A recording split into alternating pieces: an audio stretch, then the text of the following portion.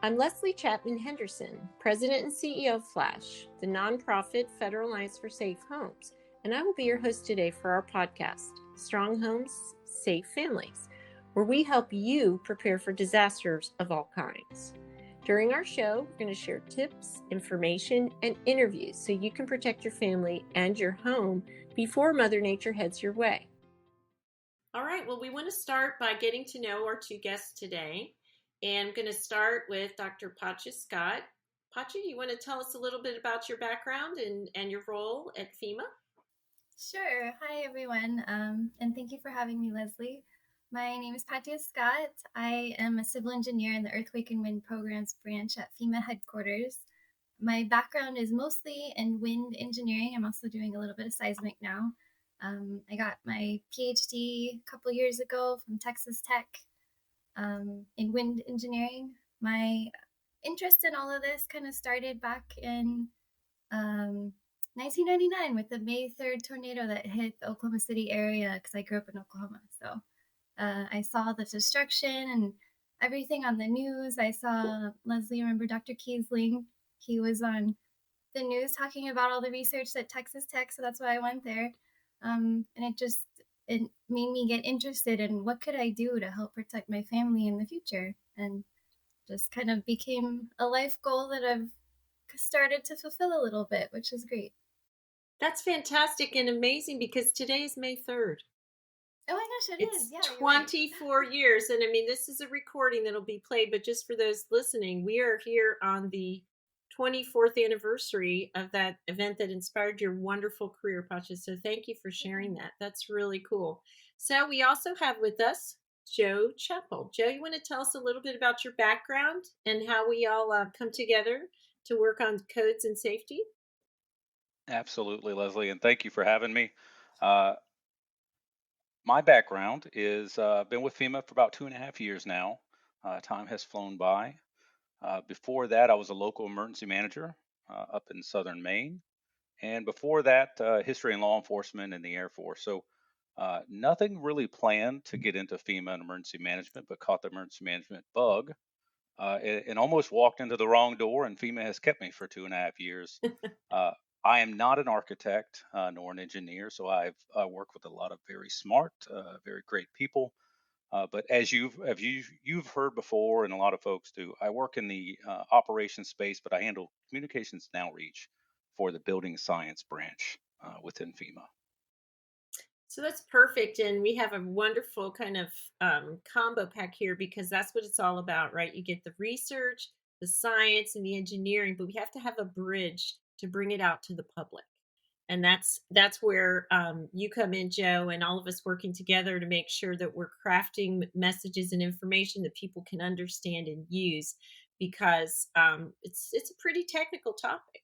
So one of the ways that that happens every May is called Building Safety Month, and this is something that's celebrated worldwide. So, Joe, I'm going to ask you to kick it off and talk to us about Building Safety Month and what it's about, what it means, and what's up maybe a little bit for this year. Absolutely. And so this year is the 43rd annual Building Safety Month. And simply put, there's a lot of ways that folks have written about it, and you'll see in the news, what Building Safety Month about. But I really I really like the way the International Code Council, the ICC, has described it. Simply put, they just say raise awareness about building safety, and everything points back to that. Why building safety is important to everyone, each one of us, all the way down to the homeowner, the renter, the consumer, and that's really I deal with this year's theme. This year's theme is it starts with you. That really speaks to me this year because, like I said in the introduction, I work with architects, I work with engineers, I work with building safety professionals who are very passionate about building performance, building safety, and building codes. I've recently learned how to spell building codes, but I've really bought into it. I see the value, and I want them included in all of our emergency planning. So this year's theme is that it starts with you. Is it shows each person's responsibility, their level of engagement, what they can do, and what they should know about building codes. and a couple different resources and tools that are out there. Leslie, you absolutely know one of them, the Inspector Protect website of how does a local like me, if I'm a homeowner, what I should do or what I should know about the home I live in, the community I live in, and a lot of relevant information that helps that. But um, each of the themes this week is addressing a kind of a different layer, let's say a layered approach of what each of our responsibilities are in building safety and what we can do and giving us those tools. So at least from FEMA, what I can speak to is probably what you've seen out there. Hopefully, if anyone's looked at building codes or building safety lately, is they've seen a presidential proclamation recently released declaring May National Building Safety Month. You're hopefully obviously that you're listening to this podcast, so this is another engagement that FEMA is trying to support this initiative, and you're going to see FEMA also supporting our partners, such as and just to name a few flash here that spreading that message of personal responsibility, education, awareness of how you fit in and can support that building codes. Perfect. Okay, so now we know we have this tremendous event all month to celebrate and acknowledge Building Safety Month and building codes. In fact, I've seen already just a slew of great pictures from all over the country of different building departments around the United States saying it's Building Safety Month, and everything from opening up to the public for a day and hosting them and giving out literature. I saw Building Safety Month cookies last year being baked. I saw some pancakes and pizza, anything to help people understand how critical they are. But what I'd like you to do, Pacha, is explain to us what they are and how they do protect people, and what they are, what they are, what's the goal, and if you're starting from scratch, the ABCs of what is a building. Yeah, so the building codes, and I'll read a definition actually from our building code playbook. So they're in general refer to a set of requirements governing the design, construction, alteration, maintenance, and use of buildings. And these are just the minimum requirements for health, safety, and welfare of building occupants.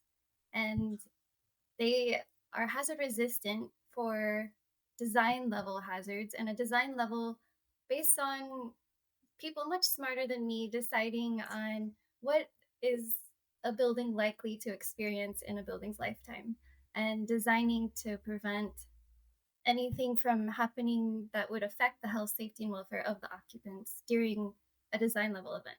So just to restate, make sure I understand, a design level event is an expectation of what that natural, the weather peril or maybe seismic earthquake event, what Mhm. it can do and how can it impact the building. And that's the target for the building code. Exactly. Yes. And that's the minimum. So if you want to design for something beyond minimum, such as like a tornado, like an EF5 tornado, obviously that's not covered with a typical building in covered a typical building built to the regular building code. So you would have to go beyond that to something like the storm shelter standard, the ICC 500, which is the standard for the design and construction of storm shelters. And that would be the life safety for occupants in the worst case tornado event. So the way, so the, is, I once heard building codes described as kind of a cookbook full of recipes. What are the recipes or the standards inside? How do those pieces come together inside the code?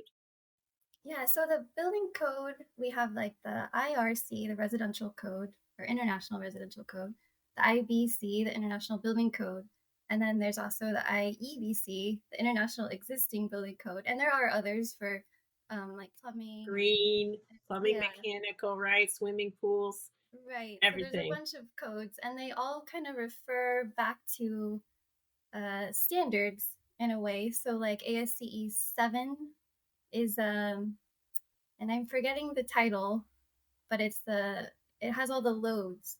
So the code will tell you what you need to design for, and then the standards tell you the specific loading and the requirements that would need to be followed to meet the code. So how you would calculate those loads. And that's the way that the code can help kind of customize the requirements, right?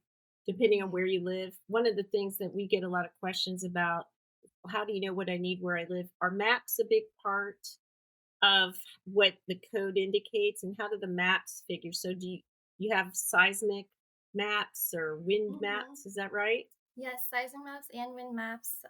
So, for instance, for storm shelters, we have a design wind speed map for those because the risk in certain areas of the country obviously is higher in Tornado Alley, Dixie Alley than like in California. So, if you're going to design a storm shelter, you would go to that map, look at what wind speed to design for. If you're in Oklahoma, obviously, it's going to be the max 250. California, it would be the lower obviously too. So it is heavily dependent on where you are and what your risk is in that area.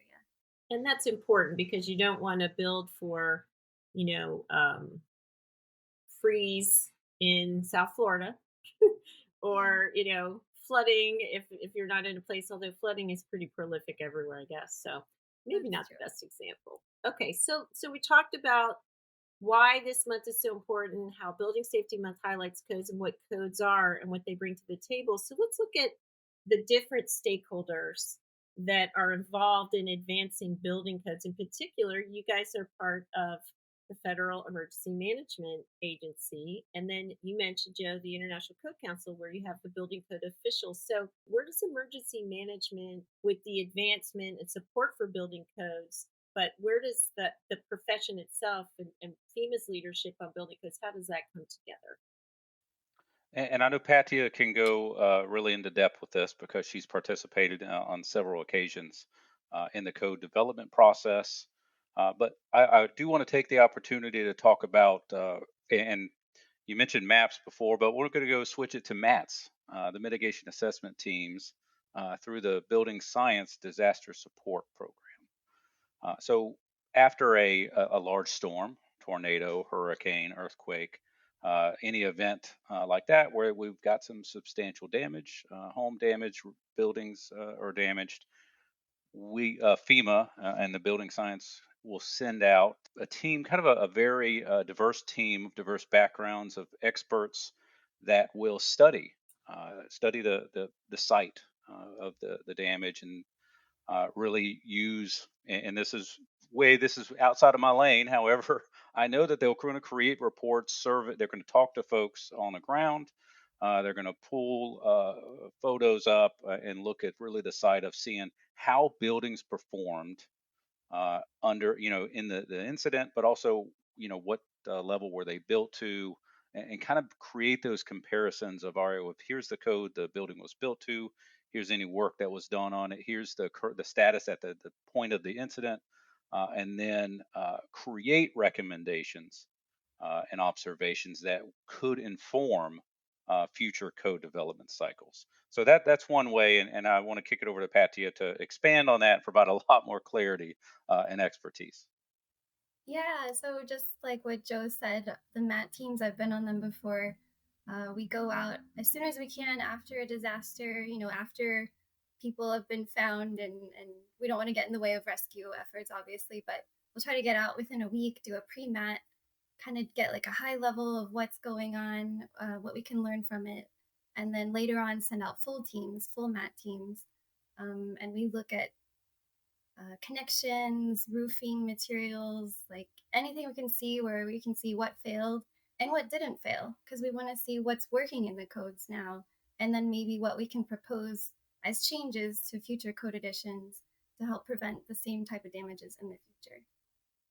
And that's called the AHA discovery process, which is what the MAT delivers. Has been very, very essential, and it's always so interesting that there are usually one, two, maybe even three big takeaways from every major event. Dating myself back to 1992, I remember with Hurricane Andrew, it was gable ends and the failures in high wind because they weren't properly braced. And then fast forward to Charlie, it was soffits continuously blowing. We kept the roofs on because we had the gable ends braced, but what we didn't realize is our soffits were weak. In fact, it seems like we still have some soffit issues, because I know we're participating in supporting the Hurricane Ian mat, and that reports in in motion and in development, but there are some soffit failures too, and just kind of tweaking and then putting those things into the code is critically important. So briefly, Joe, can you talk a little bit, just briefly, and then we're going to switch talk and talk about tornadoes. Can you talk a little bit about the FEMA building code strategy and the NAABC just to make sure everybody knows because of all the great assets you've created to go along with that?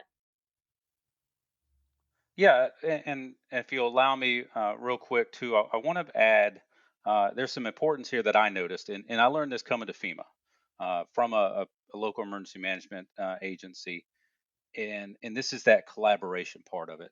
And this isn't a one size fits all statement. I'm overgeneralizing here, but I do it because I've learned a lesson from myself, right? How I operated at the local level is the importance of that relationship building at the local level of the emergency manager, depending on their jurisdiction. But every jurisdiction and locality is different.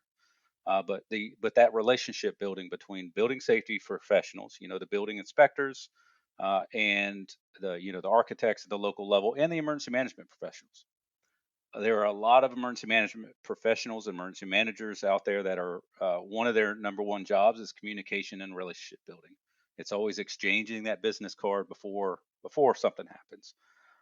And I know for myself, in some of the conversations I've had while here at FEMA with building safety professionals, I ask them, "Do you know your local emergency manager?" And I've gotten the response on some occasions of, "No, I don't. I haven't made that connection yet." And on the other end, I've asked some local emergency managers the same questions. And they've also said the same. And this isn't true for everybody. I'll remind you again. But that's an important thing that I'd like to remind folks. It's building that relationship of there is a joint interest for mitigation planning and preparedness from the building code standpoint. So I think that's always an important thing that I really want to highlight. And one of the things that we do to kind of hopefully from FEMA's standpoint to help that is uh, we want to push the incorporation of building codes and show their importance of doing that. To do that first, FEMA had to get their own ducks in a row. We had to coordinate internally of how does FEMA want to talk about building codes in the process. So we created a FEMA building code strategy. Three goals: talk about integrating amongst FEMA, how do we build nationwide capability, and how do we drive public action. And one of those ways is why we're here today. Great. All right. So we're going to pivot, and I'm going to spend a little time um, picking your brain, Pacha, about tornadoes because there's a very important message you guys have zeroed in on this year for Building Safety Month, and it's tornado safety. And I will tell you because we have our own effort, Tornado Strong, that every year we survey people, we still have a tremendous amount of work to do to make people even aware that they can be safe in a tornado. So let's start at the beginning with the debunking the major myth, which is there's nothing you can do about a tornado. And tell me why that's wrong. Yeah, and I've heard also like there's no safe place other than below ground for a tornado, and that's not true either. Safe rooms and storm shelters, they're both designed to resist a maximum wind tornado, 250 miles per hour. Um, well, at least if it's designed for 250. There are some that are designed for less, but that's in the lower risk areas, like I said before. So, yeah, if you're in a storm shelter or a safe room, you will be safe if it's designed and constructed properly. We have not ever seen an instance of any storm shelter or safe room that has failed if it was designed and installed properly, which I think is So a we good peace of mind. Yeah, yeah. And so at the beginning, when we talked about the codes as a collection of standards, this is a perfect segue because there is a standard for tornado shelters. Can you tell us a little bit about that? Yeah, so the first edition of the standard came out in 2008. I remember Dr. Kiesling worked on it. And then there was another one in 2012 or 2014. I think 2014. And then the latest one, which I actually got involved in, was the 2020 edition. And we're actually on a continuing maintenance cycle, so we're already working on the next edition. And we have, people from the industry, manufacturers, a lot of people involved, designers, all trying to make the standard the very best that it can be. And so every edition, we have a lessons learned from previous previous editions, previous events. So we try to incorporate that every time. And so I think it's a wonderful standard. I'm really proud of it to have been involved in it in the development. So Well, it's saving lives. So we have the ICC 500 standard right. for the certification of tornado safe rooms and shelters. And that's an important consumer message because what should is that something they need to be looking for each and every time if they're buying a Yes. shelter? Yes, and even in the building code, it says if you are installing or building a storm shelter, it must meet the ICC 500. So if you're buying one and the manufacturer or the installer can't tell you anything about the ICC 500, that's probably a red flag. There's also, I know on prefabricated, they should be listed and labeled with the addition that it meets, the addition of ICC 500, the wind speed that it's supposed to be designed for. Also, like the doors, any sort of impact protective component should also be listed and labeled. And so you should be able to ask the manufacturer, I want to see what the label has, and they should be able to show you. So there are, you mentioned the different types. So there are different types of tornado, and we've watched this industry really evolve over the last couple of decades. I think there's up to six different types now, right? We had them out at the International Home Builder Show one year. But if it, today, what are some of the types that you think are gaining in popularity? We have partnership with Lowe's, for example, and they sell prefabricated steel. The ones that you guys have always talked about and have the designs for in the FEMA P320 Mhm. are the what are those, wood frame, steel clad? That's what actually I have at my house. Oh, that's awesome you have one. Yeah, we have FEMA P320, and if you Google search that, you should be able to download it online. And it actually comes with prescriptive plans for different material types. And I have it right here in front of me. So we have a CMU, concrete masonry unit, safe room, concrete safe room, insulated concrete form, a wood frame with steel sheathing, and also detail plans for a basement design where it would use like part of the basement walls as protection. So one of the messages I heard you say this, and we partner with the Weather Channel, but we always remind them that above ground is safe too. And as you point out, I think it's Texas Tech has investigated every outbreak since the advent of safe rooms, and they've never found a properly constructed or installed safe room failure. And Right. that's a very powerful thing to be able to say about safe rooms above ground because people assume they're safer underground. But is it true that it's really critical when placing one below ground that you consider a water body or a lake? I mean, Yeah, how does that factor into your decision making on a safe room? that is true. There are requirements if you have an in-ground safe room where the door might be flush with the ground level. I know I've seen somewhere it has like a roller door in a garage, and those there's supposed to be a grating away from the door so that the water would flow away from it. But I did see one, it was in the 2013 Moore tornado where the house had a backyard above ground swimming pool. The house got completely destroyed. All the water from that went into, I think the garage was in the front of the house, the pool was in the back. All the water, since the house was gone, kind of flowed into the safe room that was below ground or storm shelter. I don't know if it was a safe room or a storm shelter, technically speaking. But yeah, it got flooded. So luckily, nobody drowned inside of it. And I don't think that's a typical case. That was also a very extreme case. But yeah, you have to worry about where it's going to body of water is next to you. Yeah, we've seen some where unfortunately they kind of popped out of the ground because of Yeah. the water body nearby. So what okay, you taught me this, Pacha, years ago. I said, okay, what the heck is the difference between a tornado shelter and a safe room? Yeah, we get that question a lot. Of course, we had to make it complicated. A storm shelter meets the ICC 500 standard criteria, and a safe room, typically, we talk about if you get a FEMA grant and you have to follow the FEMA criteria, which is in FEMA P361, which, if you Google that, you can also download it as well. And we have criteria a little bit beyond ICC 500. We felt like if FEMA's paying for it, then we want you to be extremely safe from all hazards. So we have a little bit higher criteria for flood. because we don't want a storm shelter to be flooded in a non-tornado event, and then you can't use it whenever a tornado is imminent. So that's why we have a little bit beyond the ICC 500 criteria. Okay, so let me see if I remember how you taught me this, Katya. Okay. Not all tornado shelters are safe rooms, but all safe rooms are also tornado shelters. Yes, Did I that's get that correct. right? Yeah, Whew, totally correct.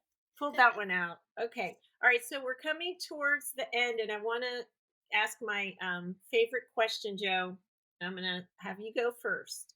So it's Building Safety Month, and so you have Building Safety Month superpowers. Okay.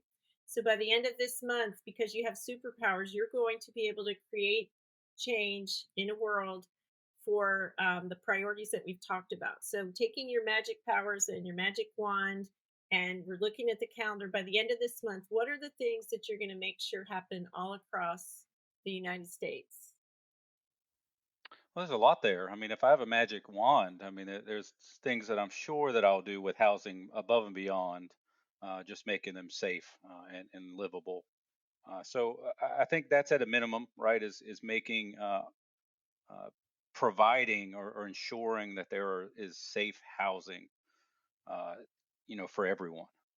That is up to that's going to resist the hazards that local community will face. Every community is going to face different hazards. They're going to be in different situations. So, uh, making sure that housing provides that safe place for them. That's perfect. Now, for you, Pacha, I'm going to ask you to zero in on tornado and tornado risk and use your superpowers earned through Building Safety Month. What Mhm. is the outcome that you want to see across the country? I would want everyone to have access to a safe room if they're in a high risk area for a tornado, whether it's a residential or a community. I know we recommend community safe rooms within a 5-minute travel distance away.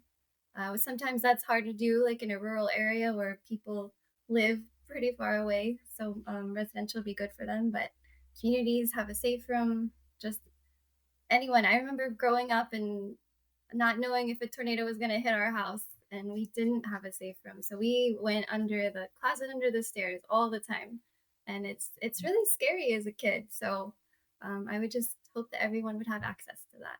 So safe rooms for all and Yeah. safe homes for all from both of you. Well, that's fantastic. So before we wrap up, I want to mention a couple websites. So obviously, FEMA.gov for more information on all these, and also Google will get you to the specifics for tornado shelter, safe rooms, FEMA P320, FEMA P361. We talked about the Flash website where you can look up your building code, and that's inspect2protect.org. And that's the number two, or spelled out DWO. So inspectprotect.org. And we will have show notes along with this podcast. We'll have links to a lot of different things. So we'll be able to get you some of the wonderful stuff that Joe and his team have been producing around building codes as part of the effort for the FEMA building code strategy. And I just want to say thank you to both of you for taking time to join us. We're excited to be here together to talk about how important this is. This is a year-round challenge for us, but this is a very special time of the year to commemorate and celebrate how critical this is. So thank you again. And until next time for our listeners, we are going to wrap it up.